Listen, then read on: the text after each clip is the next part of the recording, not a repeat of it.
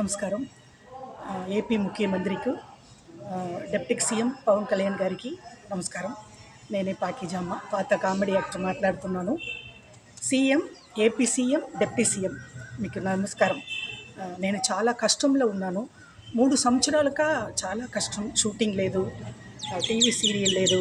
తమిళనాడులో ఇది మా సొంత ఊరు కారైకుడి, పల్లెటూరుకు వచ్చేసాను. చాలా కష్టంలో ఉన్నాను. నేను 2 సార్లు విజయవాడ వచ్చాను. ముఖ్యమంత్రి కలవడానికి చాలా కష్టమైపోయింది. డిప్యూటీ సీఎం కూడా నేను కలవలేదు.